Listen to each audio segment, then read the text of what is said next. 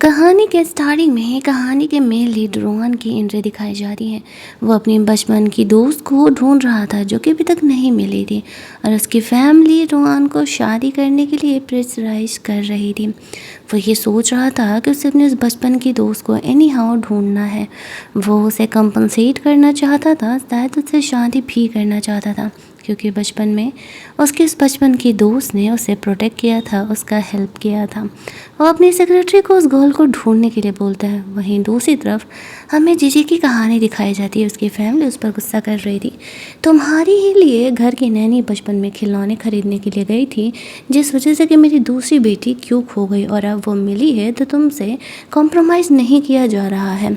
जीजी कहती है वो मेरा बॉयफ्रेंड है। 6 साल पहले हमने साथ मिल करके ये कंपनी शुरू की थी और अब आप ये कह रही हो कि शादी क्यों से कराने के लिए, और इतना ही नहीं कंपनी में मेरा पोजीशन क्यों को दे देने के लिए। आपको नहीं लगता है कि ये गलत है? और क्यों तो यहाँ पे ग्रीन टी बन करके सबके सामने इनोसेंट ही दिखा रही थी। जो हो था वो भी यहाँ पर पैसे के लालच में आकर के क्यों से शादी करने के लिए तैयार हो जाता है। जब अपने ही घर में कोई भी जीजी से प्यार नहीं कर रहा था, वो लोग सारे जीजी को घर से निकल जाने के लिए बोलते हैं। जीजी अपना सामान लेकर के घर से निकल जाती है। वो बस अपने पास उस हाफ पेंडेंट को लेकर के सोच रही थी जो कुछ भी आज उसकी फैमिली ने उसके साथ बुरा बिहेवियर किया है वो उन सब का बदला उनसे लेकर के रहेगी। बाहर निकल करके वो अपनी दोस्त को कॉल करती है और उसके साथ ड्रिंक करने के लिए चली जाती है। उसकी दोस्त उसे सांत्वना दे रही थी। सामने वहीं रुआन बैठा हुआ था। उसकी दोस्त उसे कहती है ये देखो ये हुओ का अंकल यहाँ पर आया हुआ है। जीजी ये सोचती है ये हुओ का अंकल तो कुछ ज़्यादा ही हैंडसम है। अगर मैं हुओ के अंकल रुआन से शादी कर लूँ तो फिर तो मेरा बदला भी पूरा हो जाएगा। हुओ अब मुझे आंटी कह के पुकारा करेगा। अपनी फ्रेंड को वो आइडिया देती है। उसकी फ्रेंड उसे ऐसा करने से मना कर रही थी लेकिन वो कहाँ ही सुनने वाली थी। वह रूहान से फ्लर्ट करने के लिए चली जाती है। शुरुआत में तो रूहान उसे भाव नहीं दे रहा था, एक ड्रंक गर्ल समझ करके। जीजी वहाँ पर डायरेक्टली रूहान से शादी करने का ऑफ़र देती है। रूहान सोचता है फैमिली के अरेंज किए गए गर्ल से शादी करने से बेहतर है कि वो जीजी से शादी कर ले ताकि वो उसके साथ कॉन्ट्रैक्ट मैरिज कर सके और उसे कुछ वक्त मिल जाए अपनी फेवरेट गर्ल को ढूंढने का। वो जीजी की बात मान जाता है और कहता है कि ठीक है, कल सुबह 10 बजे हम सिविल ब्यूरो पर मिलेंगे। ये कह के वो वहाँ से चले जाता है। जीजी सोचने लगती है ये इतनी आसानी से मान गया, कुछ ज़्यादा ही ये आसान नहीं हो गया। अगली सुबह जब जीजी अपने घर पर थी तभी वो उससे मिलने के लिए आता है। वो कहता है तुम मुझे समझोगी ना, तुम्हारी फैमिली ने 80% कंपनी के शेयर क्यों को दे दी है। मेरी फैमिली क्यों से ही शादी करने के लिए मुझे प्रेशराइज कर रही है। जीजी कहती है अबे चल बे, तेरे जैसे लालची से मैंने प्यार क्यों किया था, मुझे तो इस बात का रिग्रेट ही हो रहा है। वो से पीछा छुड़ा करके वहाँ से बाहर निकलती है। सामने रूहान उसे रिसीव करने के लिए आया था और वो उसके साथ चली जाती है। सिविल ब्यूरो जाकर के दोनों शादी का सर्टिफिकेट लेते हैं। रूहान की असली आइडेंटिटी अभी जीजी को पता नहीं था। वो अब भी उसे हुओ का अंकल ही समझ रही थी।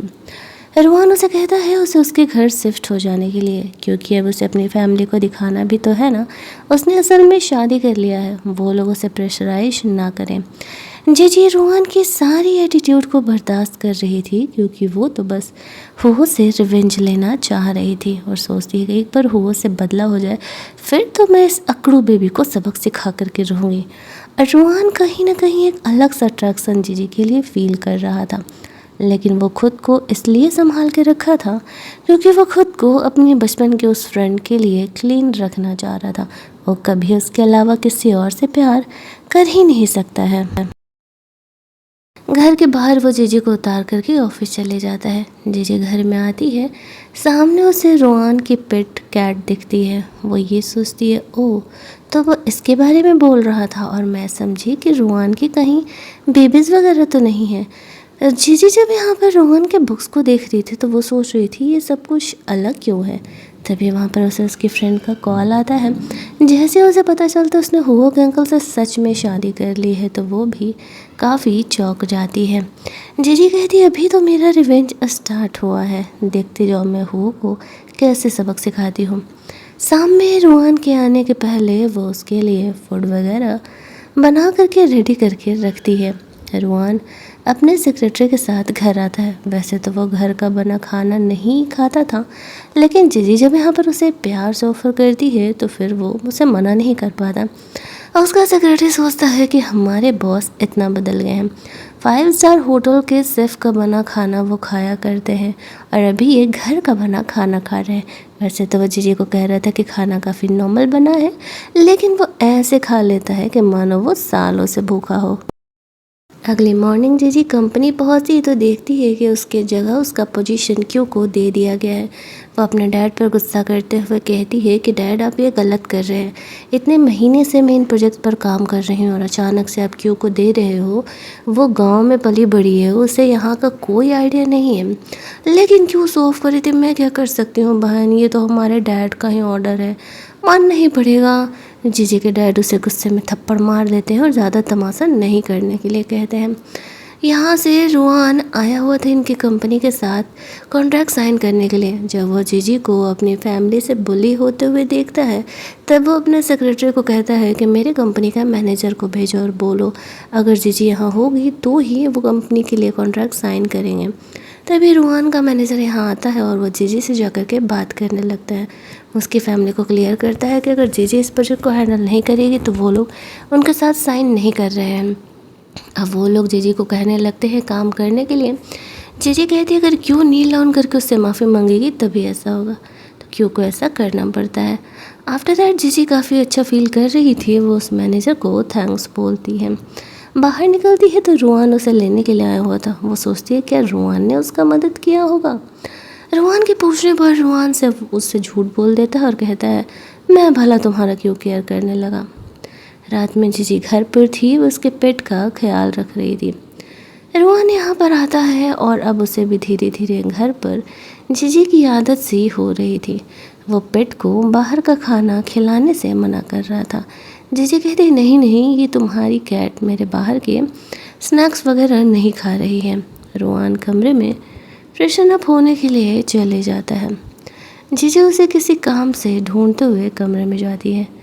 सामने उसे नहाते हुए देख करके तो वो उसके मस्त मस्त बॉडी को ताड़ने लगती है। शुरुआत में रूहान को पता नहीं था, फिर जब वो फ्रेशन अप होकर के बाहर आता है जीजी को सामने उसे ताड़ते हुए देख करके उस पर गुस्सा करने लगता है। जीजी एक्सेप्ट कर लेती है कि तुम इतने हैंडसम हो कि मैंने थोड़ा सा ताड़ ही लिया तो फिर क्या ही जाना है तुम्हारा, वैसे भी तो तुम लड़के हो ना, शर्टलेस होकर के तो घूमना तुम्हें पसंद ही होगा। रोहन कहता है मैं कोई ऐसा वैसा लड़का नहीं हूँ, तुम ऐसे मेरी बॉडी नहीं देख सकती हो। जीजी कहती है अच्छा ठीक है, अब मैंने तुम्हारी बॉडी देखी तो बदले के लिए तुम मेरी भी बॉडी देख सकते हो, तो फिर तो हम बराबरी पर हो जाएंगे ना। रोहन जीजी की हरकतों पर गुस्सा करने लगता है, लेकिन उसे ऐसा लग रहा था कि जीजी उसे फ्लर्ट कर रही है, तो वो आगे बढ़ के जीजी को किस कर लेता है। जीजी कहती है अब देखो अब तुम लाइन क्रॉस कर रहे हो, मैं ऐसा कुछ भी नहीं करना चाहती थी। रोहन उसे कहता है हाँ इसीलिए मेरे साथ फ्लर्ट कर रही हो, ये कह के वो उसे कमरे से बाहर निकाल देता है। जीजी सोच रही होती है कि इसमें इतना शर्माने वाली बात भला कौन सा है, और फिर वो कैट को देखने लगती है, उसका केयर करती है और रात में सोने के लिए चली जाती है। अगली सुबह रोहन यहाँ पर जगता है तो उसे ऐसा लगता है कि जीजी का फास्ट फूड जो था वो कैट ने खा लिया है। वो जीजी पर काफ़ी गुस्सा करने लगता है। जीजी उसे समझा ही रही थी कि नहीं ऐसा कुछ नहीं है। वो जल्दी से उसे डॉक्टर को दिखाने के लिए निकलता है। जीजी उसे समझा रही थी बट वो उस पर गुस्सा करते हुए डॉक्टर के पास चले जाता है। डॉक्टर के पास जाने के बाद उसे पता चलता है कि असल में उसकी कैट ने कोई फास्ट फूड नहीं खाया है, वो प्रेग्नेंट है, इसी वजह से वो काफ़ी स्लो बिहेव कर रही है। रोहन को लगता है कि शायद उसने जीजी को गलत समझ लिया और उसे बेवजह ही डांट दिया। वो घर आता है, घर आकर के जीजी को ढूंढ रहा होता है लेकिन जीजी उसे नहीं मिलती है। वो अपने सेक्रेटरी को कॉल करता है और बोलता है पता लगाओ जीजी कहाँ है, मुझे उसका इन्फॉर्मेशन अभी तुरंत ही चाहिए। वहीं दूसरी तरफ जीजी एक होटल में स्टे करने गई थी जहाँ पर कि उसके कार्ड को उसके घर वालों ने बंद कर दिया था। जीजी के पास पैसे नहीं थे। होटल में वो लोग उसका इंसल्ट करने लगते हैं कि जब पैसे नहीं हैं तो फिर जीजी यहाँ पर क्या करने आई है। गार्ड्स को बुला करके जीजी को वहाँ से बाहर निकलवाने के लिए रिसेप्शनिस्ट बोल देती है। जीजी कहती है कि मुझे रुआन के घर छोड़ दो। वो लोग हंसने लगते हैं और कहते हैं तुम्हारी जैसी गरीब लड़की रुआन के घर जाने के लायक नहीं है। तभी वहाँ पर रुआन अपने सेक्रेटरी के साथ आ जाता है, साथ ही में होटल का मैनेजर भी आता है। वो आते ही यहाँ पर गार्ड्स और रिसेप्शनिस्ट के बिहेवियर के लिए रुआन से माफ़ी मांगता है। जीजी सोचती है ये इसे क्या हो गया, ये इतना केयरिंग बिहेवियर क्यों कर रहा है मेरे साथ। मैनेजर यहाँ पर रुआन से सॉरी बोलता है और उन लोगों को जॉब से निकाल देता है। रुआन जीजी को सॉरी वॉरी नहीं बोलता है, सिर्फ चुपचाप उसे घर चलने के लिए कहता है। वो जीजी से उसके इस पेंडेंट के बारे में पूछता है तो जीजी झूठ बोल देती है कि ये पेंडेंट तो मैंने ऑनलाइन ख़रीदा था। रुआन सोचता है वहीं मैं सोचूं कि मैं जिस लड़की को इतने साल से ढूंढ रहा हूँ वो इतनी आसानी से भला कैसे मिल सकती है। लेकिन जीजी को लगा कि कहीं रुआन उससे उसका ये पेंडेंट छीन न ले, ये उसकी ग्रैंड मदर की अंतिम निशानी है। बाहर जाती है वो रुआन को खुश करने के लिए थैंक्स बोलने के बहाने उसे किस कर लेती है। कहती है अब तुमने मेरा हेल्प किया तो ये मेरा थैंक्स था तुम्हारे लिए मेरी तरफ से। ये कह के रुआन शर्माते हुए कार में बैठ जाता है। जीजी उसके पीछे पीछे उसके साथ चली जाती है। वहाँ से वो दोनों घर पहुँचते हैं।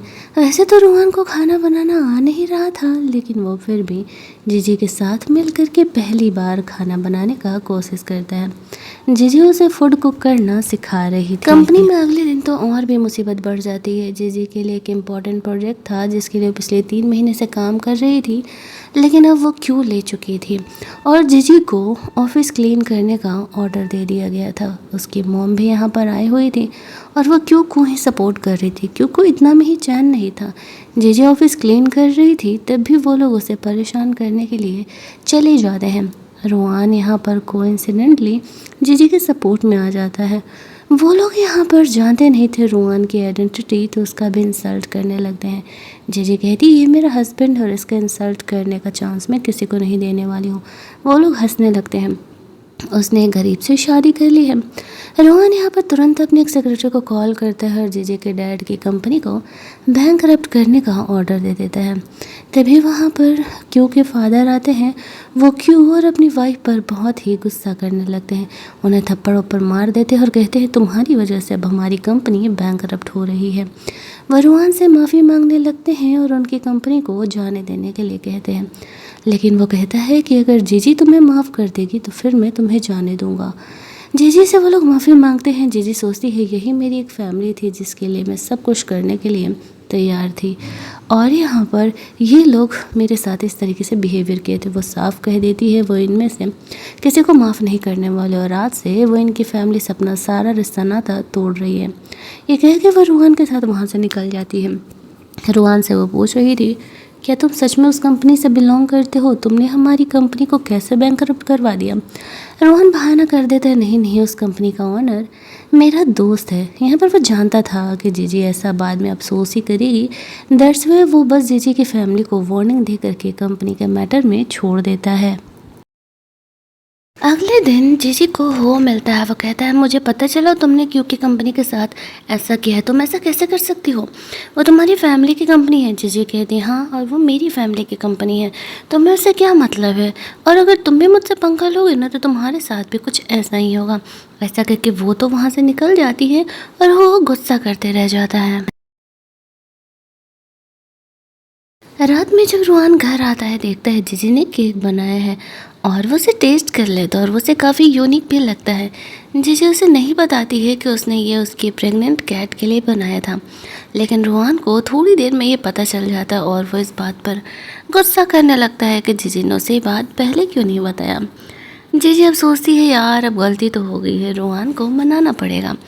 और रूहान से बात करने के लिए जा रही थी, उसे समझाने का कोशिश करती है, लेकिन रूहान अभी उससे गुस्सा था। लेकिन फिर वो रात में देखता है जीजी किसी प्रोजेक्ट पर काम कर रही है तो उसे रहा नहीं जाता है और वह जीजी का हेल्प करने के लिए चले जाता है। खुश होकर के जीजी यहाँ पर रूहान को वापस से किस कर लेती है और कहती है तुम तो मेरे लिए सच में लकी चार्म हो, देखो तुमने मेरी प्रॉब्लम इतनी आसानी से सॉल्व कर दी। रूहान ने यहाँ पर जीजी का उस कंपटीशन में पार्टिसिपेट करने वाली कंपनी से बात कर लिया था, वो उसका फ्रेंड ही था। अगले दिन उसका सेक्रेटरी से बोल भी रहा था, आप जीजी को बताओगे नहीं? रोहन कहता है, मैंने तो सिर्फ उसको इतना हेल्प किया है कि वो बहुत ही जेन्युइनली उसमें पार्टिसिपेट कर सके, बाकी आगे अब उसका टैलेंट। जीजी वहाँ पर अप्लाई करने के लिए जाती तो उसके साथ 2-3 कंपनीज और आई थी। अब इस मैनेजर को उसके बॉस ने कहा था जीजी को चूज करने के लिए, तो वो उसे कर रहा था, लेकिन जीजी कहती है कि नहीं, मैं चाहती हूँ कि और भी कंपनीज फेयरली कम्पीट करें। 15 दिनों में हम आपको नए डिज़ाइंस बना के दिखाएंगे, उनमें से आपको जिसे चूज करना होगा वही आगे कंपटीशन में जाएगा। वो बंदा ये बात मान जाता है, सोचता है कि जीजी सच में अच्छी लड़की है और कहीं ना कहीं उसे अपने टैलेंट पर भरोसा है। रोहान को इस बारे में नहीं पता था। धीरे धीरे 15 दिन बीत जाते हैं। फाइनली जीजी एक बिल्डिंग का डिज़ाइन बनाती है और वो काफ़ी अच्छा था, रोहान को भी काफ़ी पसंद आता है। बस ये सारी चीज़ें समझाती है। रोहन सोचता है कि जीजी तो सच में काफ़ी टैलेंटेड है, उसने तो एक्सपेक्ट भी नहीं किया था। अगले दिन सारे ही लोग अपने अपने डिज़ाइंस दिखा रहे थे, लेकिन जीजी के डिज़ाइन को यहाँ पर सबसे ज़्यादा वोटिंग मिलती है। दैट्स वाई जीजी का ही डिज़ाइन आगे जाने वाला था। अब ये देख कर के और लोगों को स्पेशली जीजी से जेलस होने लगता है। जीजी कंपटीशन में पार्टिसिपेट करने के लिए गई थी, वहाँ पर क्यू भी आई हुई थी। वो जीजी का मजाक उड़ा रही थी, लेकिन जीजी को डाउट था ये क्यू को तो कुछ समझ है नहीं, वो यहाँ क्या ही डिज़ाइन लेके आई होगी। लेकिन थोड़ी देर बाद जैसे ही क्यू वो स्टेज पर जाती है और वो अपना डिज़ाइन रखती है, असल में वो जीजी के डिज़ाइंस थे। जीजी इन बातों को प्रूफ करने का कोशिश भी करती है, लेकिन उसके पास प्रूफ करने के लिए कोई ऑप्शन ही नहीं था। क्यों ने यहाँ पर उसके डिज़ाइन चोरी ही नहीं किए थे, उसके लैपटॉप से पूरी तरीके से डिलीट भी करवा दिए थे। और जो जीजी के शुरुआत वाले कंपटीटर थे ना, उन लोगों ने ही यहाँ पर क्यू का हेल्प किया था। अब जीजी को यहाँ पर कंपटीशन के लिए आगे चूज कर लिया जाता है, क्योंकि क्यू को यहाँ पर चूज कर लिया जाता है क्योंकि जीजी के डिज़ाइंस असल में काफ़ी अच्छे थे। अब उसे कंपटीशन से बाहर निकाल दिया जाता है, ये कह के कि वो झूठ मूठ का किसी और का क्रेडिट लेना चाह रही है। कोई भी यहाँ पर उसका हेल्प नहीं करता है और जीजी को बहुत ही ज़्यादा बुरा लगने लगता है। क्यों उसका मजाक उड़ाते हुए कहती है कि अब तक तो तुमको तुम्हारी औकात पता चल ही जानी चाहिए थी, कोई भी तुम्हारे इस पॉइंट पर आकर के मदद नहीं करने वाला है। यहाँ पर हम लोग देखते हैं कि जीजी ऑलरेडी सैड थी और जब वो घर पहुंचती है तो रोहन को लगता है कि शायद वो कंपटीशन हार गई है, इस वजह से सैड है। जीजी उसे एक्सप्लेन करने का कोशिश करती है कि वो सैड इसलिए नहीं है कि वो कंपटीशन हार गई है, सैड इसलिए है कि तुम अमीर हमेशा गरीब लोगों को इसी तरीके से दबाते रहते हो। अब रोहन को लगता है कि जीजी में टैलेंट नहीं था, हारने के बाद वो टैंट्रम कर रही है। इस टॉपिक को लेकर के दोनों के बीच काफ़ी लड़ाई हो जाती है और जीजी को बुरा लगता है, इतने महीने से वो रोहन के साथ है फिर भी वो उस पर डाउट कैसे कर सकता है। वो क्लब चली जाती है ड्रिंक करने के लिए, जहाँ पर कि एक बदमाश इंसान जीजी के ड्रिंक को टैम्पर्ड करवा देता है और वो उसका फ़ायदा उठाने का कोशिश करता है।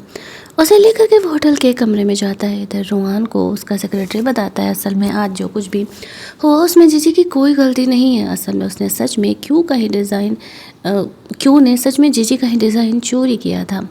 रोहन जीजी को कॉल करता है तो फ़ोन नहीं उठाती है। उसे कैसे भी करके पता चलता है कि जीजी खतरे में है, तो वो उसे प्रोटेक्ट करने के लिए वहाँ पहुँच जाता है। उस बदमाश इंसान की वो पिटाई लगाता है और जीजी को यहाँ पर सेव करता है। जीजी को यहाँ पर थोड़ा सा होश आता है, वो रोहन से कहती है थैंकफुली तुम आ गए, वरना मुझे तो लगा कि मैं आज बचने नहीं वाली हूँ। उस इंसान की अच्छी खासी पिटाई लगाई जाती है। रोहन जीजी के लिए बहुत ज़्यादा ही फिक्रमंद था, उसे वो ड्रग दिया गया था तो वो जीजी को वहाँ से पहले ट्रीटमेंट के लिए हॉस्पिटल लेकर के जाता है। जीजी वहाँ पर भी जब होश में आती है तो वो बहुत ही डर रही थी, क्योंकि वो चीज़ उसके माइंड में एक अलग ही ट्रॉमा कर बैठी थी। लेकिन रोहन उसे काम डाउन करता है और कहता है कि अब सब ठीक है। जिस बदमाश कंपटीटर ने क्योंकि हेल्प की थी उसे यहाँ पर पकड़ के लेके आया जाता है।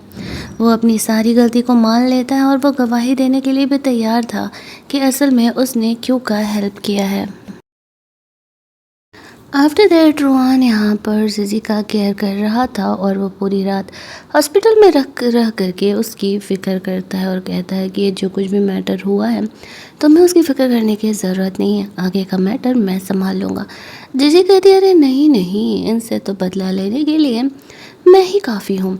इधर दूसरी तरफ जीजी के क्यू के जो फादर थे उन्हें भी ये बात पता चल गया था कि क्यू ने जीजी के डिज़ाइन को चोरी किया है और ये बात बाहर आ गया। वो क्यू पर बहुत गुस्सा करने लगते और कहते हैं तुम तो सच में किसी काम की नहीं हो, लेकिन वो लोग उसे भड़का देते और कहते नहीं नहीं, गलती जीजी का ही, जीजी का कल रात का होटल का वीडियो उन्हें दिखाते हैं। अब उसके फादर को लगता है कि जीजी यहाँ पर किसी और के साथ इंटीमेट हो रही थी। वो जीजी को घर बुलाने के लिए कहते हैं ताकि उसे सबक सिखा सके। जीजी रुआन के साथ शॉपिंग करने के लिए निकली थी। वहाँ पर उसे उसके फादर का कॉल आता है। वो कहती है वक्त आ गया है अब इन्हें सबक सिखाने का, और वह रुआन को बिना बोले ही घर पहुंच जाती है। घर जाने पर जब जीजी के कैरेक्टर पर शक किया जा रहा था तो वो एक एक करके सबके सामने ये पोल खोलती है किस तरीके से क्यों ने पहले तो उसके डिज़ाइन चोरी किए और दोबारा उसी ने उस आदमी को भेजा था जीजी को फ्रेम करने के लिए। लेकिन फिर भी उसके पेरेंट्स इतने बदमाश थे कि वो लोग क्योंकि गलतियों को नज़रअंदाज कर देते हैं और उल्टे जीजी को ही पनिशमेंट देते हैं। उसके पास से उस प्रूफ को डिलीट कर दिया जाता है और ये बात बाहर ना जाए इस वजह से जीजी को कमरे में वो लोग अंदर बंद कर देते हैं। इधर काफ़ी रात तक जीजी घर नहीं आती है। रुआन उसे कॉल करता है लेकिन वो कॉल पिक नहीं करती है। अब उसे उसकी फ़िक्र होने लगती है। वो सेक्रेटरी को जीजी के घर चलने के लिए कहता है। रुआन वहाँ पहुँचता है तो वो लोग बहाना करने लगते हैं कि जीजी तो यहाँ कब की निकल गई है। स्टिल रुआन वहाँ से जाता नहीं है। वो जीजी को सर्च करता है और वहाँ से उसे सेफली ले करके हॉस्पिटल जाता है जहाँ पर के डॉक्टर्स बताते हैं कि वो ठीक है, बस बहुत ही ज़्यादा डरी हुई है। तो जो भी है वो मेंटल स्ट्रेस का प्रॉब्लम है। रुआन जीजी का यहाँ पर केयर कर रहा था और जीजी बहुत ही डरी हुई थी। उसकी फ्रेंड यहाँ पर उससे मिलने के लिए आती है। जीजी कहती है कि अब वो ठीक है, उसकी फैमिली नहीं है उसे इस तरीके से उस कमरे में बंद किया था।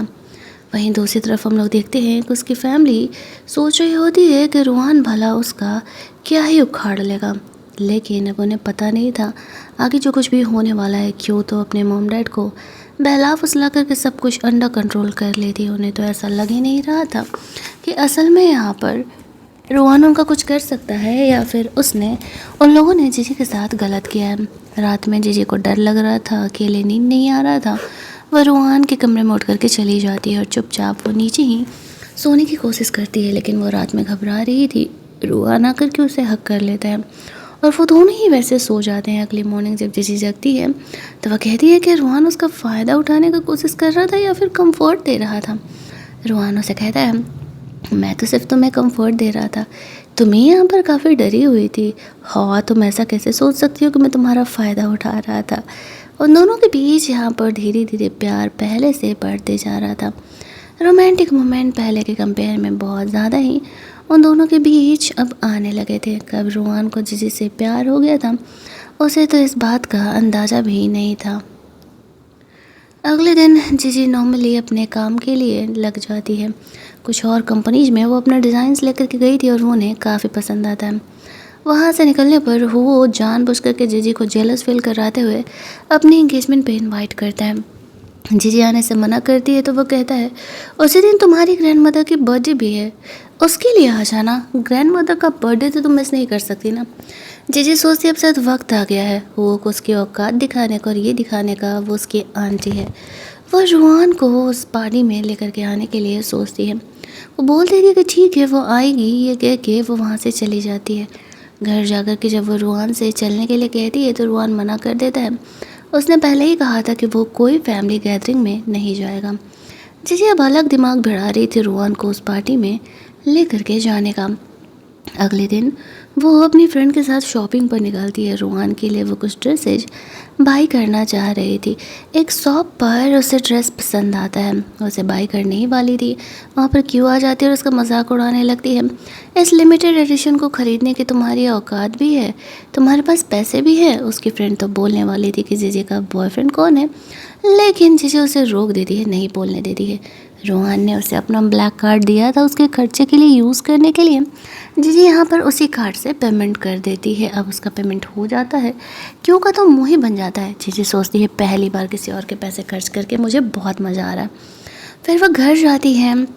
यहाँ पर रोहन से कहती है देखो ना, मैंने तुम्हारे लिए ये ड्रेस खरीदा है, प्लीज़ बस पहन करके कुछ देर के लिए पार्टी में चल लो। असल में कल ग्रैंड मदर का बर्थडे है और वो मेरे लिए बहुत ही इम्पोर्टेंट है।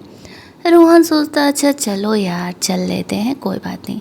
वैसे भी वो इतना प्यार से बोल रही है, उसने उसके लिए ड्रेसेस भी बाई कर लिए हैं, तो वो मना नहीं कर पाता है और जीजी के साथ उस पार्टी में जाने के लिए वो तैयार हो जाता है।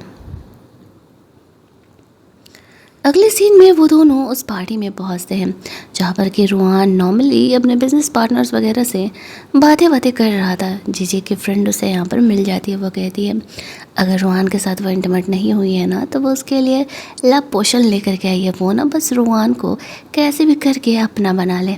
वैसे तो जीजी ऐसा करना नहीं चाहती थी, लेकिन वो जानती थी कि अगर उसने ऐसा नहीं किया तो हो को वो कैसे ही बदला लेगी। दैट्स वाई वो मजाक मजाक में रूहान को केक पर वो पाउडर स्प्रिंकल करके उसे खिला देती है। रूहान इसके बाद जीजी को घर चलने के लिए कहता है। अब रूहान बोल रहा था तो जीजी को घर जाना ही पड़ता। घर जाते ही जैसे ही रूहान चेंज वेंज करके आता उस पर वो दवा असर करने लगता है और वो जीजी पर काफ़ी भड़कने लगता है। जीजी को अपनी गलती का एहसास होता है। वो उसे सॉरी कहते हुए कहती है कि उसे नहीं लगा था कि दवा इतना पावरफुल है। इतने महीने से दोनों साथ रह रहे हैं और तब भी दोनों एक नहीं हुए। मुझे लगा था शायद आज नहीं तो कल तुम्हें मुझसे प्यार हो जाएगा, लेकिन अगर तुम मुझसे इतनी ही नफरत करते हो, मुझे टच भी नहीं करना चाहते हो, तो फिर साथ रहने का कोई मतलब ही नहीं बनता है। मैं अभी ही घर छोड़ करके चली जा रही हूँ। वो अपना सामान पैक करती है और निकल जाती है। अब रूहान को लगने लगता है कि शायद उसने ज़्यादा ही बोल दिया, लेकिन अभी ये पार्टी ख़त्म नहीं हुई थी। जीजी चेंज वेंज करके उस पार्टी में पहुंचती है।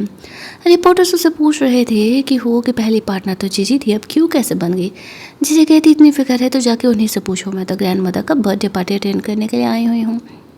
इधर ये सब कुछ जानबूझ करके क्यों नहीं किया था। उसी ने बहुत सारे रिपोर्टर्स बुलाए थे जीजी का इंसल्ट करने के लिए, और वो सब कुछ तो समझ ही रही थी। आफ्टर दैट जीजी यहाँ पे ग्रैंड मदर को ढूंढते हुए जाती है। ग्रैंड मदर जी से बहुत खुश थी। वैसे तो इन लोगों ने ग्रैंड मदर के बर्थडे पार्टी के नाम पर उन्हें बुलाया था, लेकिन कोई उन्हें पूछ नहीं रहा था। सारे हो और क्योंकि इंगेजमेंट में लगे हुए थे। जीजी ग्रैंड मदर को लेकर के उस कमरे से बाहर जाती है जहाँ पर कि जानबूझ करके क्यों ने जीजी और हो के पहले के फ़ोटोज यहाँ पर प्ले कर दिए थे सबके सामने जीजी का इंसल्ट करने के लिए, और सारे यहाँ पर जीजी पर ही ब्लेम लगा रहे थे। सब उसका इंसल्ट भी कर रहे थे कि वो हो को लेकर के अभी इतनी ऑब्सेस है। जीजी स्टेज पर जाती है और कहने लगती है मैं बिल्कुल भी इंटरेस्टेड नहीं हूँ, मैंने तो ऑलरेडी शादी कर लिया है। वो यहाँ पर सबके सामने ये भी प्रूफ देने लगती है कि क्यों कितनी बुरी है और अब तक आज तक उसने क्या किया है। साथ ही में उसके और हुआ के रिलेशनशिप बिल्कुल जेन्युइन थे। वो दोनों असल में बॉयफ्रेंड गर्लफ्रेंड थे। उसको प्रोटेक्ट करने के लिए यहाँ पर हुओ का असली अंकल आ जाता है। तब जीजी को पता चलता है कि असल में ये हुओ का अंकल है, ना कि वो इंसान जिसको कि वो हुओ का अंकल समझ करके शादी कर रही है। पुलिस को यहाँ पर बुलाया जाता है। वो लोग इस मैटर को इन्वेस्टिगेट करके दिखाते हैं कि क्यों नहीं ये वीडियो जा कर के लगाया था रूम में, ताकि जीजी और हुओ के पिक्चर्स यहाँ पर दिख सके। सारे ही अब यहाँ पर क्यों को क्रिटिसाइज करने लगते हैं कि वो ऐसा कैसे कर सकती है अपनी ही बहन के साथ। उसके मॉम डैड भी गुस्सा होकर के चले जाते हैं। जीजी हुओ के अंकल को थैंक्स बोलती है और अब वो सोचती है कि जब वो रूहान जो है वो हुओ का अंकल नहीं है तब उसके साथ रहने का कोई मतलब नहीं है। वो जाकर के ये बात अपनी फ्रेंड को शेयर करती है। उसकी फ्रेंड कहती है यार मुझे तो यही पता था कि वो हुओ का अंकल है, मुझे तो पता भी नहीं था। जीजी रूहान के घर जाती है, उसके लिए डिवोर्स पेपर रख देती है, ये सोचते हुए कि अब उसके और रूहान के रहने का कोई मतलब नहीं है साथ में। और यहाँ पर वो अपने मॉम डैड को भी सबक सिखाती है। अब तक उन लोगों ने जो भी फ्रॉड किया था उस वजह से वो उसके डैड और क्यू तीनों को ही जेल जाना पड़ता है। इसके बाद वो अपनी ग्रैंड मदर से मिलने के लिए चली जाती है। रूहान ड्रंक कंडीशन में यहाँ आता है, देखता है जीजी ने उसके लिए डाइवोर्स पेपर रखा है, तो वो उसे ढूंढते हुए वहाँ पहुँचता है। वो सोचता है नहीं जीजी उसे नहीं छोड़ सकती है। उसे अपनी गलती का एहसास था, उसे जीजी के साथ ऐसा बिहेवियर नहीं करना चाहिए था। वो वहाँ पर जीजी से माफ़ी मांगने के लिए पहुँचता है। ग्रैंड मदर को जब ये बात पता चलता है कि असल में रूहान जीजी का हस्बैंड है, तो वो उसे अंदर बुलाती है। हालांकि उन्हें ये नहीं पता था कि उन दोनों की शादी यहाँ पर एक गलती के वजह से हुई है। वह रूहान को गिफ्ट देती है अपने तरफ से फर्स्ट बार मिलने के लिए। साथ ही में जीजी की कहानी बताती है कि बचपन में छोटे बच्चे ने जीजी को ये पेंडेंट दिया था, तब से वो पहन के घूम रही थी इस बात को बोल करके कि वो उसी से शादी करेगी। मुझे तो लगा ही नहीं था कि वो असल में तुमसे शादी भी कर लेगी। रूहान को जब ये बात जीजी की कहानी पता चलती है तो वो भी चौंक जाता है। वो समझ जाता है जीजी ही वो फ्रेंड है जिसे कि वो बचपन से ढूंढ रहा है। दोनों आपस में बैठ करके बातें करते हैं। जीजी सारी कहानी बताती है कि किस तरीके से हुआ से बदला लेने के लिए उसे वो उसका अंकल समझ करके पटाने का कोशिश कर रही थी और उसे शादी कर रही थी। सारी गलतियों को माफ़ करके वो दोनों रिलेशनशिप की एक नई शुरुआत करते हैं और हैप्पीली एवर आफ्टर रहने लगते हैं। और हमारी ये कहानी यहीं पर एंड कर दी जाती है। अगर आपको ये कहानी अच्छी लगी होगी तो वीडियो को लाइक और शेयर करना मत भूलना। चैनल को सब्सक्राइब कर लेना ताकि नए वीडियोस के नोटिफिकेशन आपसे मिस ना हो। चलिए जल्दी से मिल लेते हैं हम लोग एक और नई कहानी के हिंदी एक्सप्लेनेशन में। तब तक के लिए कीप लिसनिंग।